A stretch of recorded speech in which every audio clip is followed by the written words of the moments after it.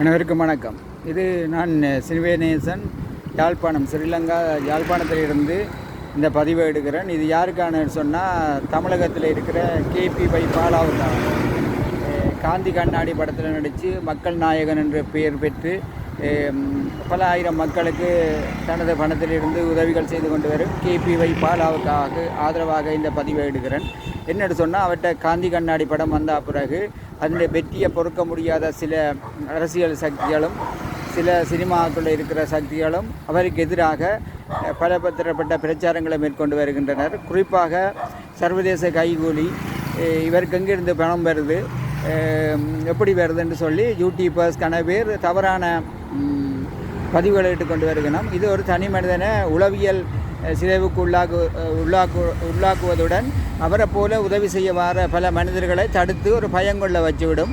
இது கடைசியில் போய் மக்களுக்கு கிடைக்க வேண்டிய உதவிகள் கிடைக்காம போகிறதுக்கான சந்தர்ப்பம்தான் இருக்குது.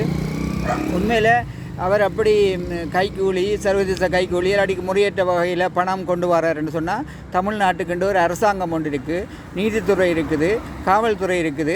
அந்த துறைகளூடாக விசாரித்து அவர் குற்றவாளியிட்டு காணப்பட்டால் பிறகு நீங்கள் பேசலாம்.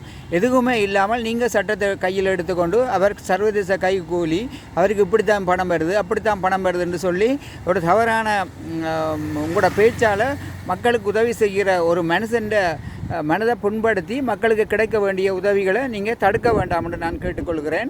நான் மீண்டும் சொல்கிறேன், அவர் அப்படிப்பட்ட ஒரு தவறான வழியில் பணம் சேர்ப்பார் அல்லது அவர் ஒரு தவறான மனிதர் என்று சொன்னால், தமிழ்நாட்டு அரசாங்கம் இருக்கின்றது, நீதித்துறை இருக்கின்றது, காவல்துறை இருக்கின்றது. அவர்கள் அவர்களுடைய வேலையை பார்ப்பார்கள். நீங்கள் உதவி செய்கிற மனிதனுக்கு இடைஞ்சலாக இருக்க வேண்டாம், உதவி செய்யாவிட்டாலும் இடைஞ்சலாக இருக்க வேண்டாம் என்று சொல்லி நான் யாழ்ப்பாணத்திலிருந்து இந்த பதிவு ஏற்றுக்கொள்கிறேன். நன்றி, வணக்கம்.